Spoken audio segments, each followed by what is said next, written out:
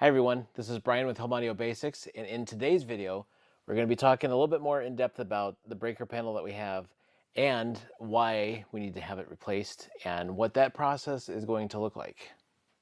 As I had touched on in the Make a Plan video, we have one of the Federal Pacific Stab-Lok panels. And these were a new breaker panel that I think came out in the 60s. And they were in use up until the 80s.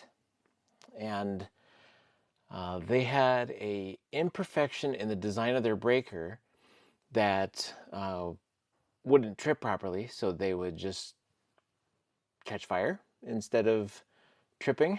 So we are in need of having this replaced. And I have received quotes from pretty much every electrician in the community we live in. And there's some changes that have to happen with the replacement. As you can see, the panel is tucked into the corner. This originally had wood paneling in the basement here, and the corner over this had like a angled cabinet door that would open and close across here, and you couldn't open it all the way to really service the panel, and it made it really inconvenient to get to. The panel being tucked in the corner doesn't give us the proper clearance, because as you can see, this stud that's on the left here actually overlaps the face of the panel, and you need 36 inches of clearance in front of it. So speaking with all the electricians that we had do the quotes for us, we decided that the best option would actually be to relocate the panel, but it doesn't have to go very far. As I just touched on briefly, with the clearance issues that we have because of the stud here blocking the breaker panel, not giving us that 36 inches of clearance, the plan is to relocate the panel to this wall here. That keeps it close enough that we don't have to rewire the entire house.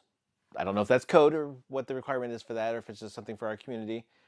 That's something that may be different for where you live, but that's how it was explained to us, is that it saves us money because we don't have to redo the entire house.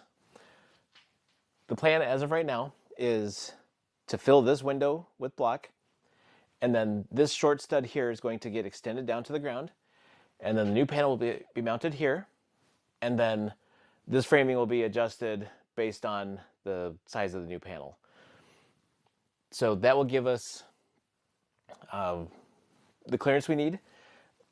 It'll give us the height that we need, and the old panel will be removed, and then there will be a junction box that will be installed in that corner that will be used for the connections to the existing wiring that we have now. One of the electricians that we had come give us a quote took the cover panel off and found that these bottom two breakers and then one on this side over here all have different circuits stacked in the same breaker. And what I mean by that is, like, the bottom one is for all three of the bedrooms upstairs, and that breaker will flip off the lights and the outlets for all three of those rooms. The one above it is for this room that I'm standing in now. It also does our entryway, my wife's office, and the garage. And you flip that breaker off and it takes out the lights and the outlets.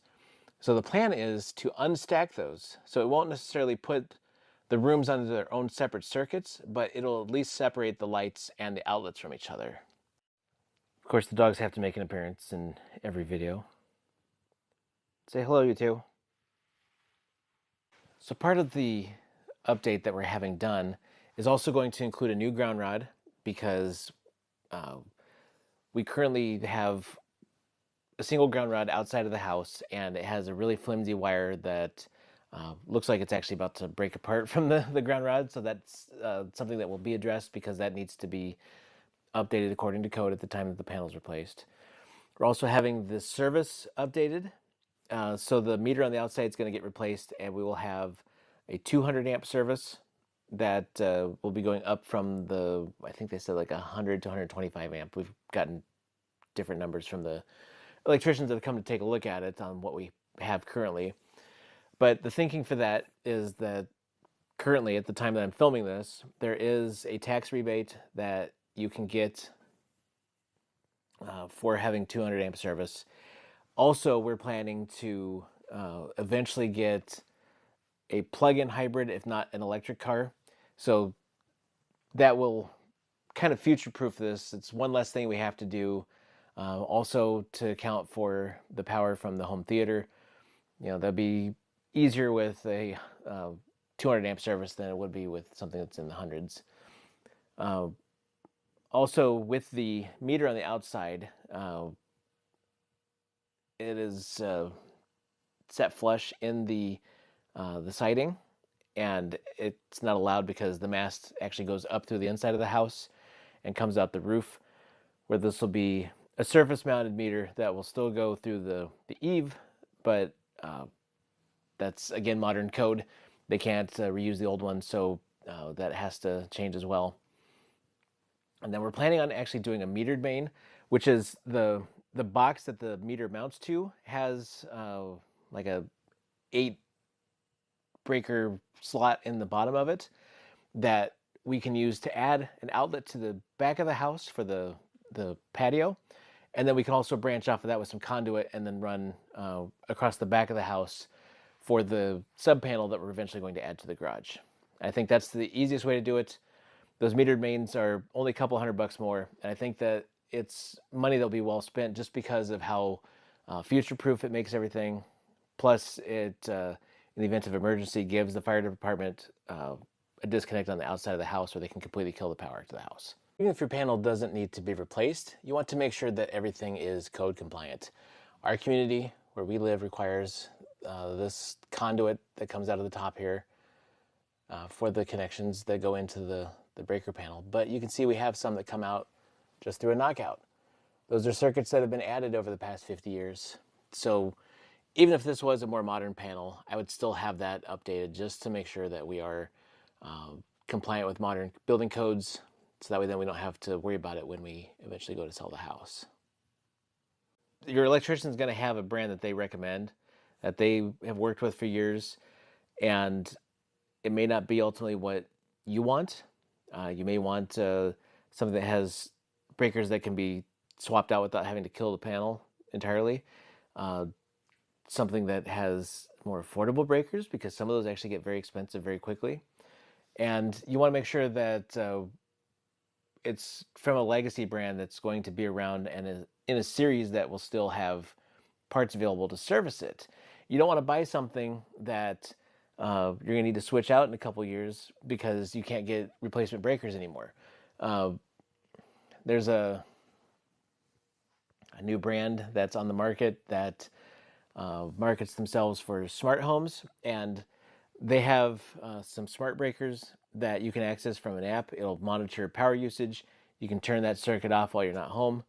And I believe that it can integrate with some of the smart home companions to turn power on and off based on usage needs, which the fact that that technology exists is incredible, and I think that it will develop and become better. But is this new brand going to be around in a few years? Leviton, which is a company that's known for their smart outlets and light switches, they have a new breaker panel that has some smart breakers available, but it's not the entire panel. So you can have select circuits, and then you can also upgrade to those in the future if you decide to. They still have their standard breakers that are considerably more affordable than the smart ones, but that's an option that's available. And I think there's a good chance that in the not too distant future, a lot of the legacy brands will be adding smart breakers to their lineup to replace with the older panel. As of right now, I'm leaning towards the Leviton panel because I like the ability to add those smart breakers in the future. Plus, it's a nice modern looking panel. Granted, it's not going to be directly in the line of sight, but I think that just some of the features it has fit what we're wanting to do with this house. This house was built in the late 60s, and we've done some smart home upgrades to it. We have the Ecobee thermostat that has the assistant built into it, and all the lighting in the house is LED lighting. All of our amplification is Class D as of right now. And we have smart TVs, everything that is a lot more integrated than it used to be. So we're kind of wanting to have this upgrade, kind of fall in line with that as well. But we don't want to do it on such a high dollar level that it winds up being cost prohibitive for what we really need it to do. You also want to do everything according to the building code and what is required by your municipality. Because the last thing you want to do is have everything done without permits, because in the event of an electrical fire, that could cause your claim to be denied. If you go to sell the house and they see that it has an upgraded breaker panel, you might have issues with selling the house because they may push to have you have it undone and redone, and that's just going to add to your expenses. Where we live, the permit process is, I think, with the inspections, that everything is going to be about $200, and I think that that's money that's well spent. And it, of course, will vary by your community, but it's worth it to do it right. So with all that said, we're working on some final details with our electrician that we were deciding to go with, taking some recommendations that were given to us by a couple other quotes that we'd received, and kind of fine-tuning everything and working out the final pricing. He's busy, so we're going to get scheduled, and hopefully it'll be done here in the next couple weeks.